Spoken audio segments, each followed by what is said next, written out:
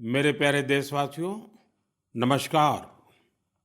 आज बहुत पावन दिन पर मुझे आपसे मन की बात करने का अवसर मिला है। आज चैत्र माह के शुक्ल पक्ष की प्रतिपदा तिथि है। आज से चैत्र नवरात्र की शुरुआत हो रही है। आज से भारतीय नववर्ष का भी आरंभ हो रहा है। इस बार विक्रम संवत 2082 शुरू हो रहा है। इस समय मेरे सामने आपकी ढेर सारी चिट्ठियां रखी हुई है। कोई बिहार से हैं, कोई बंगाल से, कोई तमिलनाडु से हैं, कोई गुजरात से हैं। इनमें बड़े रोचक तरीके से लोगों ने अपने मन की बातें लिखकर भेजी है। कई सारी चिट्ठियों में शुभकामनाएं भी हैं, बधाई संदेश भी हैं। लेकिन आज मेरा मन करता है कुछ संदेशों को आपको सुनाऊं। सर्वारिगु युगादि हब्बद शुभाशय गड़ु। अगला संदेश है अंदरिकी उगादि शुभाकांक्षलु। अब एक और चिट्ठी में लिखा है संवसार पाड़व्यार्ची परबी। अगले संदेश में लिखा गया है गुड़ी पाड़वा निमित्त हार्दिक शुभेच्छा। हमारे एक साथी ने लिखा है एल्लावरक्कुम विशु आशम शगल। एक और संदेश है इनिये पुथांडु नल्लवाल थुक्कल। साथियों, आप ये तो समझ गए होंगे कि अलग अलग भाषाओं में भेजे गए संदेश हैं, लेकिन क्या आप इसकी वजह जानते हैं? यही तो वो खास बात है जो आज मुझे आपसे साझा करनी है। हमारे देश के अलग अलग राज्यों में आज और अगले कुछ दिनों में नववर्ष शुरू हो रहे हैं और ये सभी संदेश नववर्ष और विभिन्न पर्वों की बधाइयों के हैं। इसलिए मुझे अलग अलग भाषाओं में लोगों ने शुभकामनाएं भेजी हैं। साथियों, आज कर्नाटका में, आंध्र प्रदेश, तेलंगाना में उगादि का पर्व बहुत धूमधाम से मनाया जा रहा है। आज ही महाराष्ट्र में गुड़ी पड़वा मनाया जा रहा है। विविधता भरे हमारे देश में अलग अलग राज्यों में अगले कुछ दिन में असम में रोंगाली बिहू, बंगाल में पोइला बोईशाख, कश्मीर में नवरेह का उत्सव मनाया जाएगा। इसी तरह 13 से 15 अप्रैल के बीच देश के अलग अलग हिस्सों में त्योहारों की जबरदस्त धूम दिखेगी। इसे लेकर भी उत्साह का माहौल है और ईद का त्योहार तो आ ही रहा है। यानी ये पूरा महीना त्योहारों का है, पर्वों का है। मैं देश के लोगों को इन त्योहारों की बहुत बहुत बधाई देता हूं। हमारे ये त्योहार भले ही अलग अलग क्षेत्रों में हो, लेकिन ये दिखाते हैं कि भारत की विविधता में भी कैसे एकता पिरोई हुई है। इस एकता की भावना को हमें निरंतर मजबूत करते चलना है। साथियों, जब परीक्षाएं आती हैं तो युवा साथियों के साथ मैं परीक्षा पे चर्चा करता हूं। अब परीक्षाएं हो चुकी हैं। बहुत सारे स्कूलों में तो दोबारा क्लास शुरू होने की तैयारी हो रही है। इसके बाद गर्मी की छुट्टियों का समय भी आने वाला है। साल के इस समय का बच्चों को बहुत इंतजार रहता है। मुझे तो अपने बचपन के दिन याद आ गए जब मैं और मेरे दोस्त दिन भर कुछ ना कुछ उत्पात मचाते रहते थे, लेकिन साथ ही हम कुछ कंस्ट्रक्टिव भी करते थे, सीखते भी थे। गर्मियों के दिन बड़े होते हैं। इसमें बच्चों के पास करने को बहुत कुछ होता है। ये समय किसी नई हॉबी को अपनाने के साथ ही अपने हुनर को और तराशने का भी है। आज बच्चों के लिए ऐसे प्लेटफॉर्म की कमी नहीं जहां वे काफी कुछ सीख सकते हैं। जैसे कोई संस्था टेक्नोलॉजी कैंप चला रही हो तो बच्चे वहाँ ऐप बनाने के साथ ही ओपन सोर्स सॉफ्टवेयर के बारे में जान सकते हैं। अगर कहीं पर्यावरण की बात हो, थिएटर की बात हो या लीडरशिप की बात हो, ऐसे विविध विषय के कोर्स होते रहते हैं, तो उससे भी जुड़ सकते हैं। ऐसे कई स्कूल हैं जो स्पीच या तो ड्रामा सिखाते हैं, ये बच्चों को बहुत काम आते हैं। इन सब के अलावा आपके पास इन छुट्टियों में कई जगह चल रहे वॉलेंटियर एक्टिविटीज, सेवा कार्यों से भी जुड़ने का अवसर है। ऐसे कार्यक्रमों को लेकर मेरा एक विशेष आग्रह है। अगर कोई संगठन, कोई स्कूल या सामाजिक संस्थाएं या तो फिर साइंस सेंटर ऐसी समर एक्टिविटीज करवा रहे हो तो इसे हैशटैग माय हॉलीडेज के साथ जरूर शेयर करें। इससे देश भर के बच्चे और उनके माता पिता को इनके बारे में आसानी से जानकारी मिल सकेगी। मेरे युवा साथियों, मैं आज आपसे माय भारत के उस खास कैलेंडर की भी चर्चा करना चाहूंगा जिसे इस समर वेकेशन के लिए तैयार किया गया है। इस कैलेंडर की एक कॉपी अभी मेरे सामने रखी हुई है। मैं इस कैलेंडर से कुछ अनूठे प्रयासों को साझा करना चाहता हूं। जैसे माय भारत के स्टडी टूर में आप ये जान सकते हैं कि हमारे जन औषधि केंद्र कैसे काम करते हैं। आप वाइब्रेंट विलेज अभियान का हिस्सा बनकर सीमावर्ती गांवों में एक अनोखा अनुभव ले सकते हैं। इसके साथ ही वहां कल्चर और स्पोर्ट्स एक्टिविटीज का हिस्सा जरूर बन सकते हैं। वहीं अंबेडकर जयंती पर पदयात्रा में भागीदारी कर आप संविधान के मूल्यों को लेकर जागरूकता भी फैला सकते हैं। बच्चों और उनके माता पिता से भी मेरा विशेष आग्रह है कि वे छुट्टियों के अनुभवों को हैशटैग हॉलीडे मेमोरीज के साथ जरूर साझा करें। मैं आपके अनुभवों को आगे आने वाली मन की बात में शामिल करने का प्रयास करूंगा। मेरे प्यारे देशवासियों, गर्मी का मौसम शुरू होते ही शहर शहर, गांव गांव पानी बचाने की तैयारियां भी शुरू हो जाती हैं। अनेक राज्यों में वाटर हार्वेस्टिंग से जुड़े कामों ने, जल संरक्षण से जुड़े कामों ने नई तेजी पकड़ी है। जल शक्ति मंत्रालय और अलग-अलग स्वयंसेवी संस्थाएं इस दिशा में काम कर रही हैं। देश में हजारों कृत्रिम तालाब, check dam, borewell recharge, community soak pit का निर्माण हो रहा है। हर साल की तरह इस बार भी कैच द रेन अभियान के लिए कमर कस ली गई है। ये अभियान भी सरकार का नहीं बल्कि समाज का है, जनता जनार्दन का है। जल संरक्षण से ज्यादा लोगों को जोड़ने के लिए जल संचय जन भागीदारी अभियान भी चलाया जा रहा है। प्रयास यही है कि जो प्राकृतिक संसाधन हमें मिले हैं उसे हमें अगली पीढ़ी तक सही सलामत पहुंचाना है। साथियों, बारिश की बूंदों को संरक्षित करके हम बहुत सारा पानी बर्बाद होने से बचा सकते हैं। पिछले कुछ सालों में इस अभियान के तहत देश के कई हिस्सों में जल संरक्षण के अभूतपूर्व कार्य हुए हैं। मैं आपको एक दिलचस्प आंकड़ा देता हूं। पिछले 7-8 साल में नए बने टैंक, पॉन्ड और अन्य वाटर रिचार्ज स्ट्रक्चर से 11 बिलियन क्यूबिक मीटर, उससे भी ज्यादा पानी का संरक्षण हुआ है। अब आप सोचेंगे कि 11 बिलियन क्यूबिक मीटर पानी कितना पानी होता है।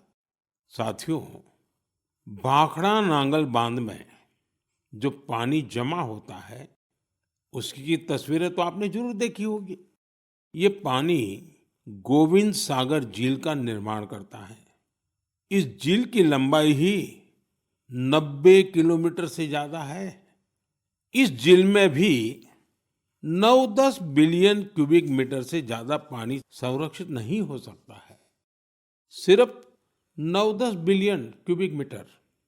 और देशवासियों ने अपने छोटे छोटे प्रयास से देश के अलग अलग हिस्सों में 11 बिलियन क्यूबिक मीटर पानी के संरक्षण का इंतजाम कर दिया है ना ये शानदार प्रयास। साथियों, इस दिशा में कर्नाटका के गडक जिले के लोगों ने भी मिसाल कायम की है। कुछ साल पहले यहाँ के 2 गांवों की झीलें पूरी तरह सूख गई। एक समय ऐसा भी आया जब वहां पशुओं के पीने के लिए भी पानी नहीं बचा।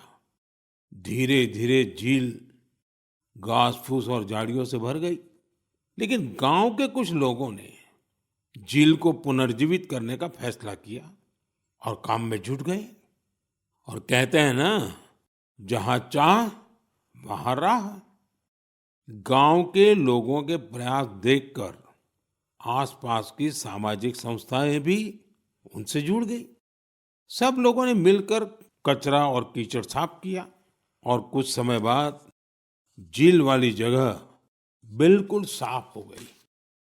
अब लोगों को इंतजार है बारिश के मौसम का। वाकई ये कैच द रेन अभियान का शानदार उदाहरण है। साथियों, आप भी सामुदायिक स्तर पर ऐसे प्रयासों से जुड़ सकते हैं।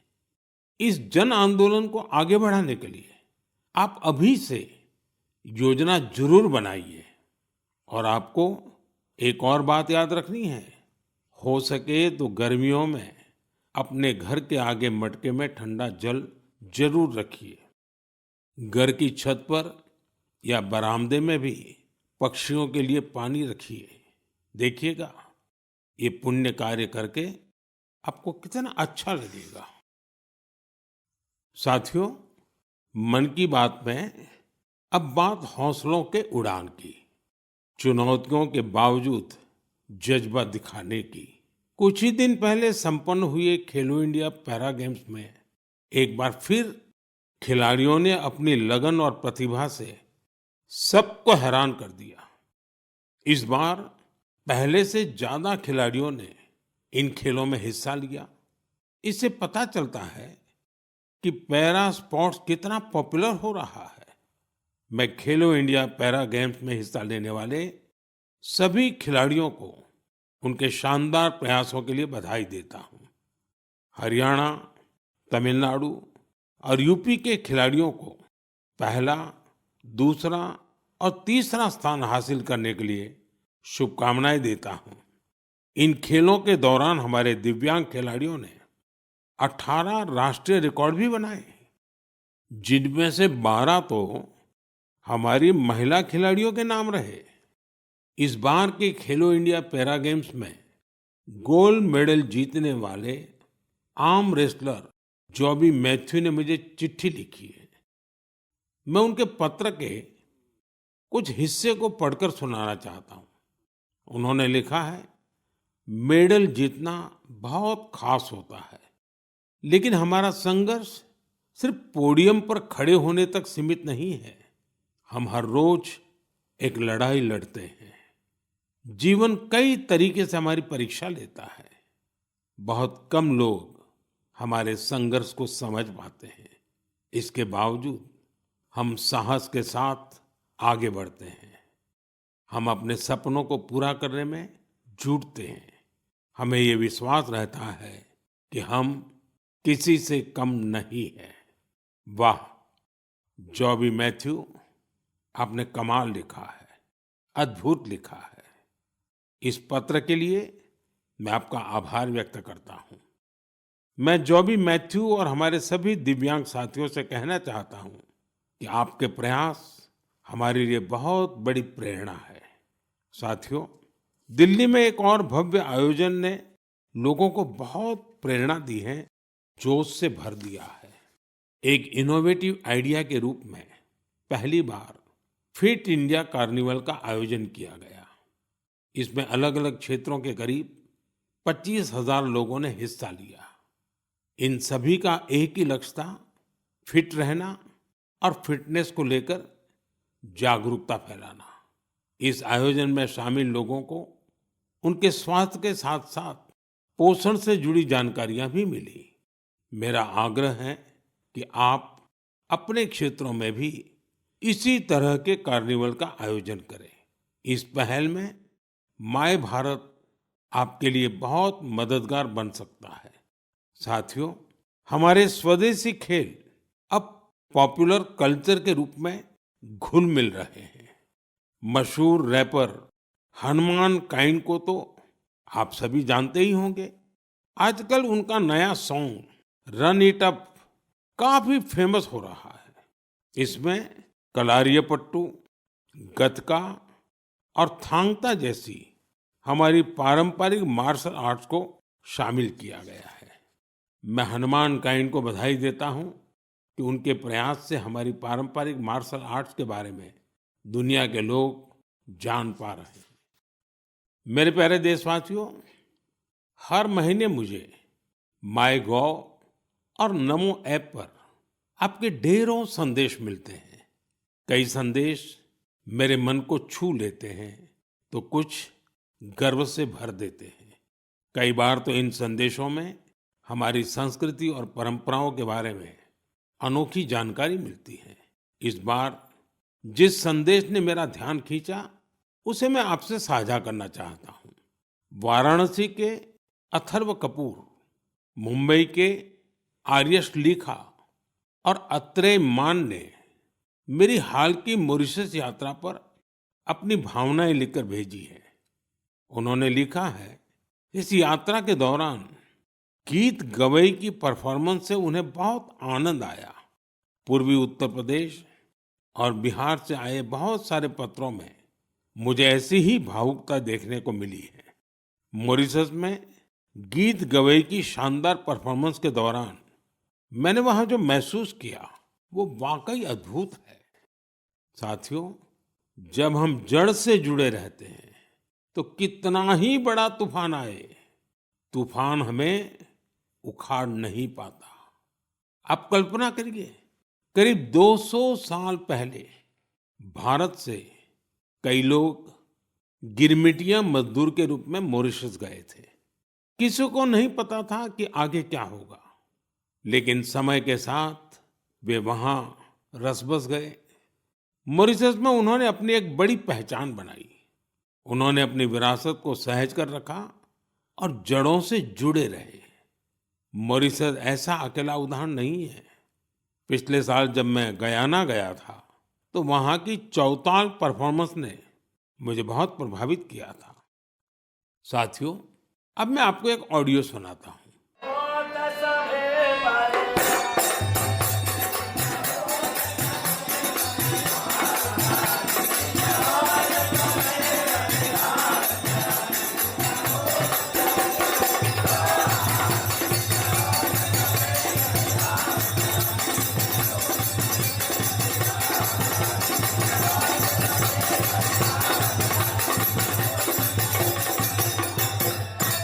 आप जरूर सोच रहे होंगे कि ये तो हमारे देश के किसी हिस्से की बात है, लेकिन आपको यह जानकर हैरानी होगी कि इसका संबंध फिजी से है। यह फिजी का बहुत ही लोकप्रिय फगवा चौताल है। ये गीत और संगीत हर किसी में जोश भर देता है। मैं आपको एक और ऑडियो सुनाता हूँ।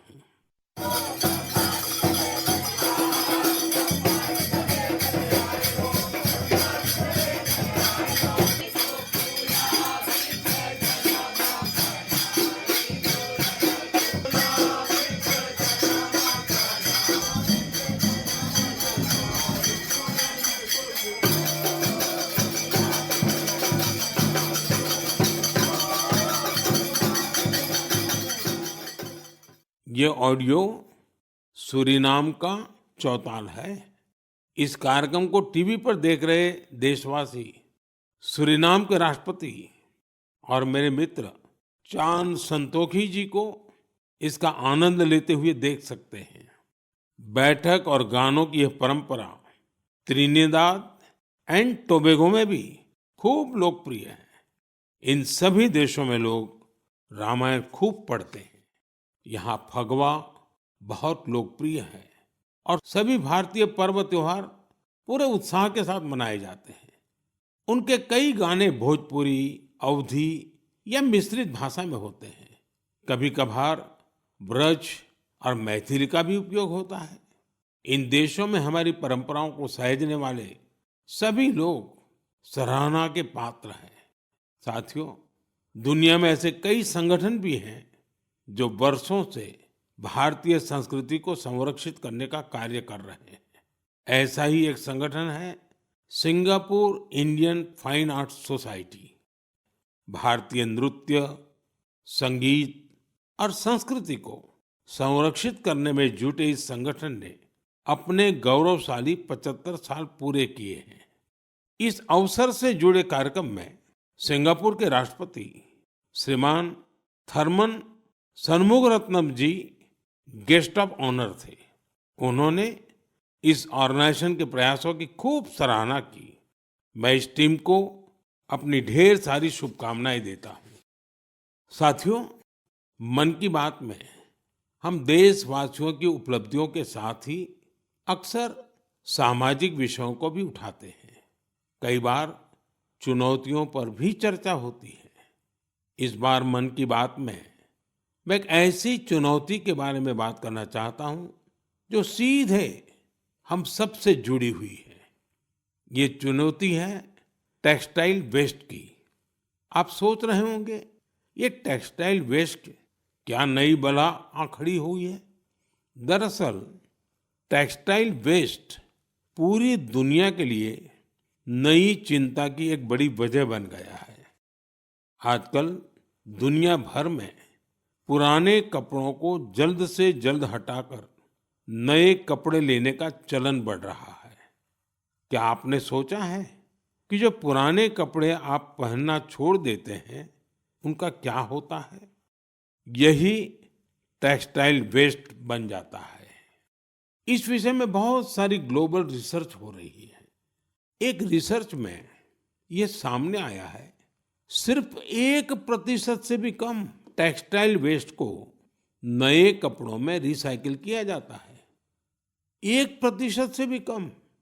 भारत दुनिया का तीसरा ऐसा देश है जहां सबसे ज्यादा टेक्सटाइल वेस्ट निकलता है।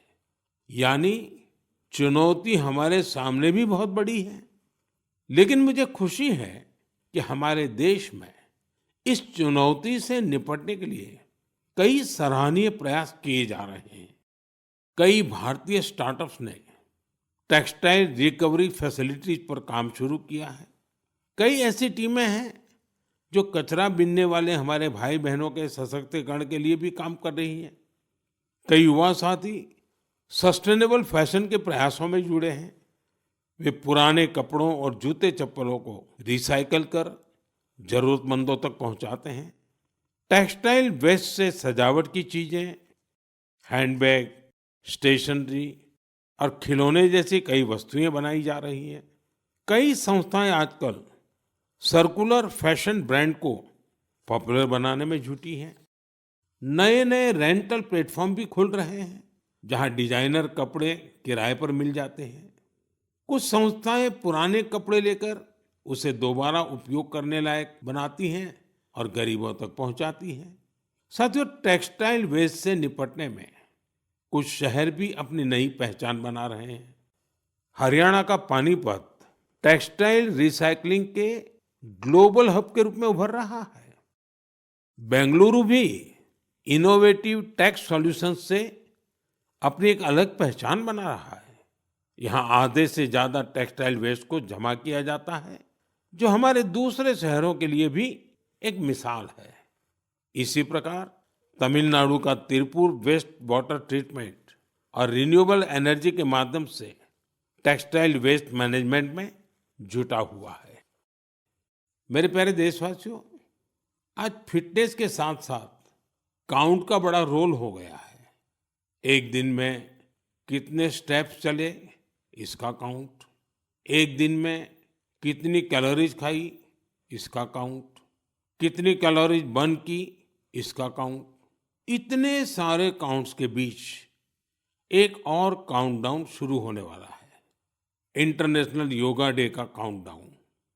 योग दिवस में अब 100 दिन से भी कम समय रह गया है। अगर आपने अपने जीवन में अब तक योगा को शामिल नहीं किया है, तो अब जरूर कर लीजिए, अभी देर नहीं हुई है। 10 साल पहले 21 जून 2015 को पहला अंतर्राष्ट्रीय योग दिवस मनाया गया था। अब तो इस दिन ने योग के एक विराट महोत्सव का रूप ले लिया है। मानवता को भारत की ओर से यह एक ऐसा अनमोल उपहार है जो भविष्य की पीढ़ी के बहुत काम आने वाला है। साल 2025 के योग दिवस की थीम रखी गई है, yoga for one earth one health, यानी हम योग के जरिए पूरे विश्व को स्वस्थ बनाने की कामना करते हैं। साथियों, यह हम सबके लिए गर्व करने वाली बात है कि आज हमारे योग और ट्रेडिशनल मेडिसिन को लेकर पूरी दुनिया में जिज्ञासा बढ़ रही है। बड़ी संख्या में युवा योग और आयुर्वेद को वेलनेस का एक बेहतरीन माध्यम मानकर इसे अपना रहे हैं।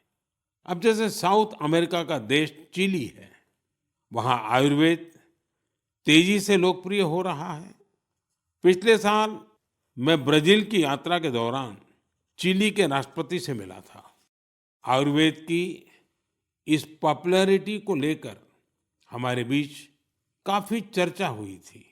मुझे सोमोस इंडिया नाम की टीम के बारे में पता चला है। स्पेनिश में इसका अर्थ है वी आर इंडिया। यह टीम करीब 1 दशक से योग और आयुर्वेद को बढ़ावा देने में जुटी है।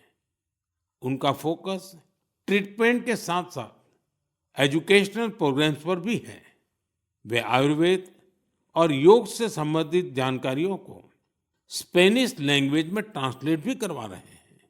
सिर्फ पिछले वर्ष की बात करें तो उनके अलग अलग इवेंट्स और कोर्सेज में करीब 9,000 लोगों ने हिस्सा लिया था।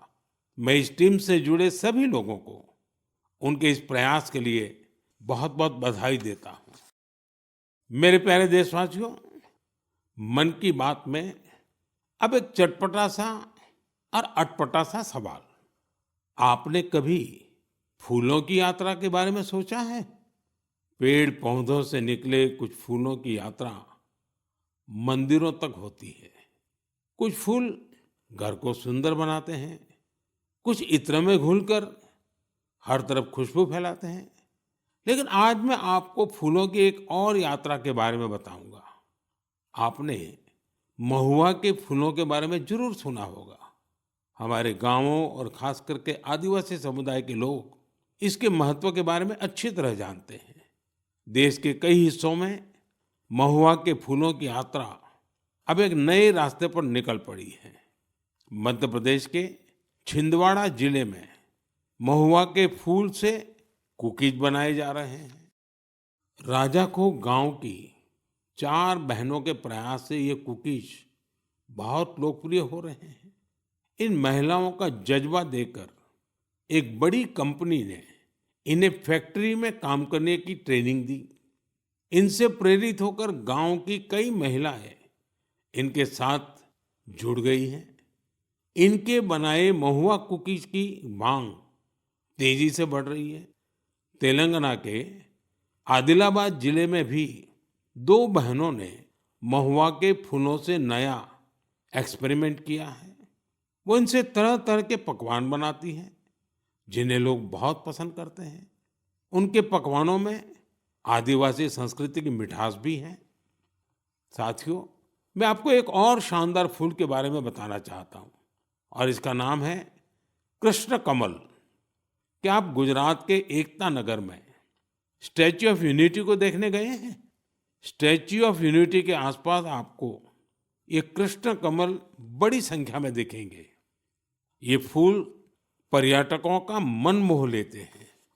ये कृष्ण कमल एकता नगर के आरोग्य वन, एकता नर्सरी, विश्व वन और मियावाकी फॉरेस्ट में आकर्षण का केंद्र बन चुके हैं। यहाँ योजनाबद्ध तरीके से लाखों की संख्या में कृष्ण कमल के पौधे लगाए गए हैं। आप भी अपने आसपास देखेंगे तो आपको फूलों की दिलचस्प यात्राएं दिखेगी। आप अपने क्षेत्र में फूलों की ऐसी अनोखी यात्रा के बारे में मुझे भी लिखिएगा। मेरे प्यारे साथियों, आप मुझे हमेशा की तरह अपने विचार, अनुभव और जानकारियां साझा करते रहें। हो सकता है आपके आसपास कुछ ऐसा हो रहा हो जो सामान्य लगे, लेकिन दूसरों के लिए वो विषय बहुत रोचक और नया होगा। अगले महीने हम फिर मिलेंगे और देशवासियों की उन बातों की चर्चा करेंगे जो हमें प्रेरणा से भर देती हैं। आप सबका बहुत बहुत धन्यवाद। नमस्कार।